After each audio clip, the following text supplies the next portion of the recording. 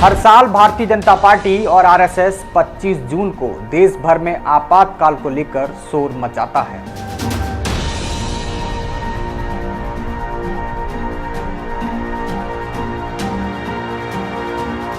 पर आपातकाल से जुड़े कई तथ्य इससे ज्यादा उजागर नहीं किए जाते। कम ही लोगों को पता होगा कि आपातकाल के दौरान आरएसएस ने तत्कालीन प्रधानमंत्री इंदिरा गांधी से कुछ मुद्दों पर समझौता किया था।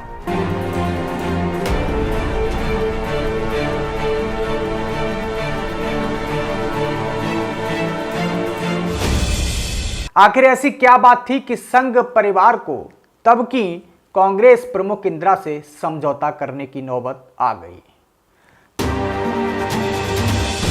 तारीख 12 जून 1975 कांग्रेस के लिए इतिहास में सबसे अहम दिन साबित हुआ। इस दिन इंदिरा गांधी पर चुनाव में धोखाधड़ी करने का आरोप साबित हुआ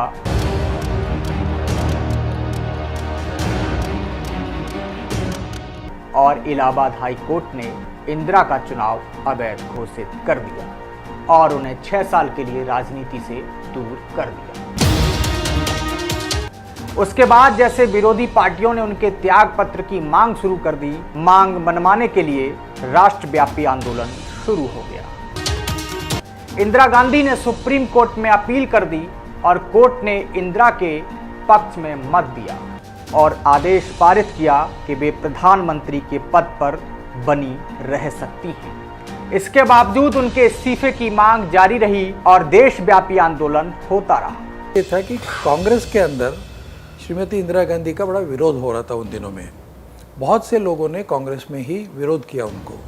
अब कांग्रेस के अंतर्गत जब विरोध हुआ तो उस विरोध को शांत करने के लिए और उस विरोध के खिलाफ में उन्होंने आपातकाल की घोषणा की।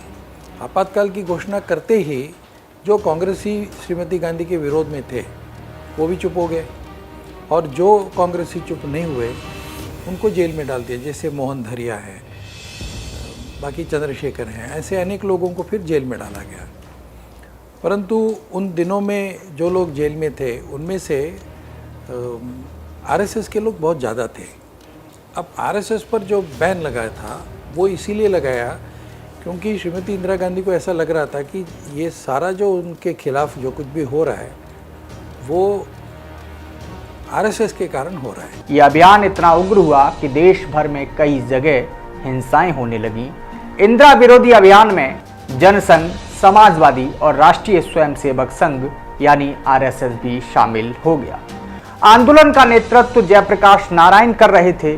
जेपी ने सभी शासकीय कर्मचारियों, फौज और पुलिस से ये अपील कर दी कि वह इंदिरा गांधी के आदेशों का पालन ना करें। जयप्रकाश नारायण के इस रवैये का उल्लेख करते हुए इतिहासकार रामचंद्र गुहा अपनी किताब इंडिया आफ्टर गांधी में लिखते हैं कि ऐसा लगता था कि राज्य सत्ता ही गायब हो जाएगी। जयप्रकाश ने पुलिस और फौज से कहा कि वह अनैतिक आदेशों को ना माने। शायद इसके चलते इंदिरा गांधी के सामने कोई अन्य विकल्प नहीं था और उन्हें आखिरकार आपातकाल लागू करना पड़ा। आपातकाल लागू होने के बाद कई लोगों की गिरफ्तारियां भी हुईं। जिन लोगों की गिरफ्तारियां हुईं उनमें राष्ट्रीय स्वयंसेवक संघ के तब के सर संघ चालक मधुकर दत्तात्रेय देवरस भी शामिल थे। स्वतंत्रता संग्राम में इनका कोई योगदान नहीं था, आरएसएस का कोई योगदान नहीं था। उन्होंने ब्रिटिशों की चापलूसी की, इन्होंने ब्रिटिशों के साथ हाथ मिलाया और स्वतंत्रता संग्राम के संघर्ष को विरोध करने की बात की, जो 1942 का हो या अन्य सभी हो, तो इनकी विरोध की भूमिका रही है। और इसी वजह से अब दिखाने की कोशिश हो रही है कि इमरजेंसी के वक्त कहीं ना कहीं हम देश के लिए प्रोटेस्ट कर रहे थे। और जहाँ तक बात है, ये दोनों स्वतंत्रता संग्राम हो या इमरजेंसी की प्रोटेस्ट, इनकी तुलना ही नहीं हो सकती। आज का ये संघ का नेतृत्व भले ही ये कहे कि सर्वोच्च न्यायालय के फैसले के बाद भी इंदिरा गांधी के प्रधानमंत्री पद से त्यागपत्र देना पड़ा, परंतु जेल में लिखे पत्रों में देवरस ने सर्वोच्च न्यायालय के फैसले का स्वागत किया था, जिसमें इंदिरा गांधी के प्रधानमंत्री के पद पर बने रहने का जिक्र था। देवरस ने पुणे स्थित यरबदा जेल में 10 नवंबर 1975 को इंदिरा जी को एक पत्र लिखा था। इस पत्र में लिखते हैं, मैं आपको बधाई देना चाहता हूं कि सर्वोच्च न्यायालय ने आपके चुनाव की वैधता को स्वीकार कर लिया है। इन शब्दों से स्पष्ट होता है कि संघ परिवार प्रमुख ने इंदिरा गांधी के चुनाव संबंधी फैसले को उचित माना था। देवरस ने जेल में कई और पत्र भी लिखे, इंदिरा गांधी जी को लिखे थे और कुछ खत आचार्य विनोबा भावे को भी लिखे गए। इंटरनल सिक्योरिटी को धोखा है, ये या तो साबित होना चाहिए या फिर ये कहना चाहिए कि जिन लोगों पर ये आरोप लगाया कि इंटरनल सिक्योरिटी के लिए वो लोग धोखाधयक हैं, उन पर केस करना चाहिए। ना ही ये सिद्ध हुआ और ना ही आरएसएस के लोगों पर कोई केस किया गया। इसीलिए आरएसएस के जो मुखिया थे उन्होंने महाराष्ट्र के मुख्यमंत्री जो थे उन दिनों में उनको पत्र लिखा और उनको पत्र लिखकर उन्होंने कहा कि उनके साथ पुराना संबंध भी था उनका। उन्होंने कहा कि आप अपने जो वरिष्ठ अधिकारी हैं उनको कहिए। पहले तो बाला साहब देवरस ने श्रीमती इंदिरा गांधी को ही पत्र लिखा था कि हम पर क्या केस है और हमने ऐसा क्या किया जिसके कारण हमारी संस्था पर बैन लगाई। देवरस ने इंदिरा गांधी को संबोधित करते हुए एक पत्र 22 अगस्त 1975 को भी लिखा। पत्र कुछ इस तरह का था। यरवदा जेल, पुणे, श्रीमती इंदिरा गांधी, प्रधानमंत्री भारत, नई दिल्ली। सम्मान से भरा नमस्कार। मैंने जेल में आपका संदेश रेडियो पर फिर बड़े ध्यान से सुना। 15 अगस्त को राष्ट्र के नाम आपका ये संदेश ऑल इंडिया रेडियो से प्रसारित किया गया था। आपका संदेश समय अनुकूल, संतुलित था और इसीलिए मैंने आपको ये पत्र लिखना उचित समझा। इस पत्र में देवरस संघ के कार्यक्रम और उद्देश्यों पर प्रकाश डालते हैं। साथ ही वे ऑफर देते हैं कि वे इंदिरा गांधी द्वारा अपनाए गए कार्यक्रम में क्रियान्वयन में सहयोग देने को तैयार हैं।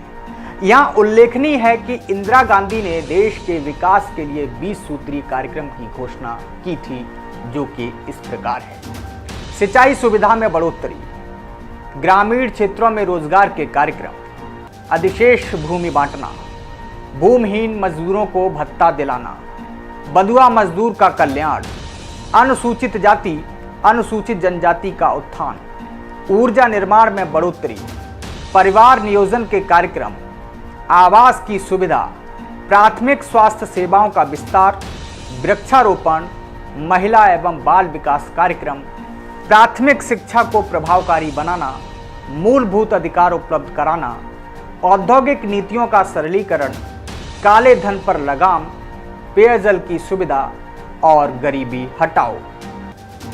देवरस ने अपने पत्र में लिखा था कि संघ के कार्यकर्ता निस्वार्थ भाव से समाज की सेवा करते हैं। दरअसल आपातकाल के दौरान संघ पर बैन लग गया था। देवरस कहते हैं कि हमारी शक्ति का और संगठन का उपयोग देश के विकास के लिए किया जाना चाहिए। लोगों ने आरएसएस को सलाह दिया कि आप कहिए कि 20 सूत्री कार्यक्रम जो है उसमें कोई गलत बात नहीं है। अगर देश की प्रगति के लिए 20 सूत्री कार्यक्रम अच्छे हैं तो हमें उससे कोई ऐतराज़ नहीं है, हम उसे सपोर्ट करने के लिए तैयार हैं। तो बाला साहब देवरस ने लिखा कि 20 सूत्री कार्यक्रम को लागू करने के लिए आरएसएस पर बैन करने की कोई आवश्यकता नहीं है, यही पत्र लिखा था। इसका बाद में 1977 के बाद कुछ लोगों ने इसका विरोधी स्वर उठाने की कोशिश की, तो वह अलग राजनीति है, वो जनसंघ, आरएसएस और अन्य दलों के बीच की राजनीति है। परंतु उस समय आरएसएस पर बैन हटने की कोई गुंजाइश नहीं थी, इसीलिए आरएसएस पर बैन होने के कारण लोक संघर्ष समिति एलएसएस नाम की एक संस्था बनाई गई और उसके अंतर्गत इमरजेंसी के खिलाफ बहुत से काम हुआ और बहुत लोग पकड़े गए। अब व्यक्तिगत वैसे लाखों स्वयंसेवक जेल में थे, इसलिए मेरा व्यक्तिगत अनुभव भी है और आरएसएस से जुड़े हुए लोगों का भी जो अनुभव है वो ये है कि एक अच्छे संगठन को जो सामाजिक काम में लगा है उस पर बैन लगाई गई। और इसीलिए 1977 में जब श्रीमती इंदिरा गांधी हार गई, चुनाव हार गई, तो आरएसएस पर जो बैन था वो अनकंडीशनली बैन उठाया गया।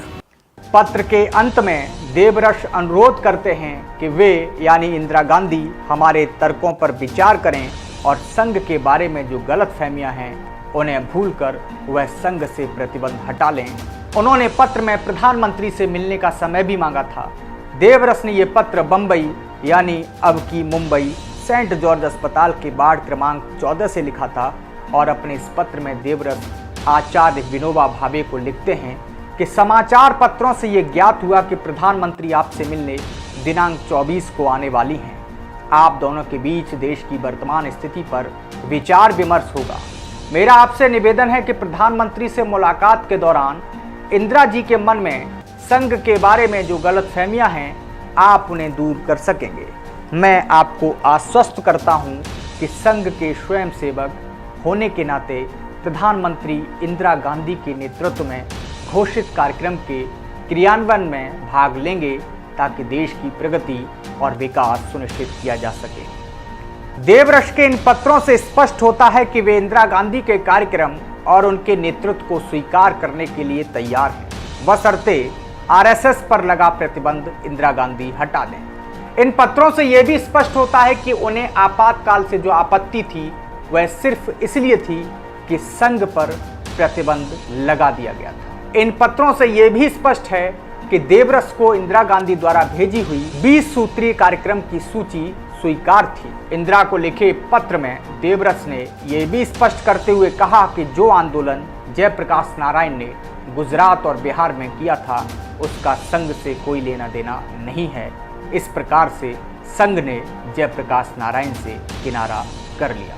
अगर यह वीडियो फेसबुक पर देख रहे हैं तो इस वीडियो को ज़्यादा से ज़्यादा शेयर करें, लाइक करें, कमेंट करें और यूट्यूब पर देख रहे हैं तो हमें सब्सक्राइब करें और ट्विटर पर हमें फॉलो करें। मिलते हैं ऐसी एक पॉलिटिकल स्टोरी के साथ, तब तक के लिए शुक्रिया, नमस्कार, धन्यवाद।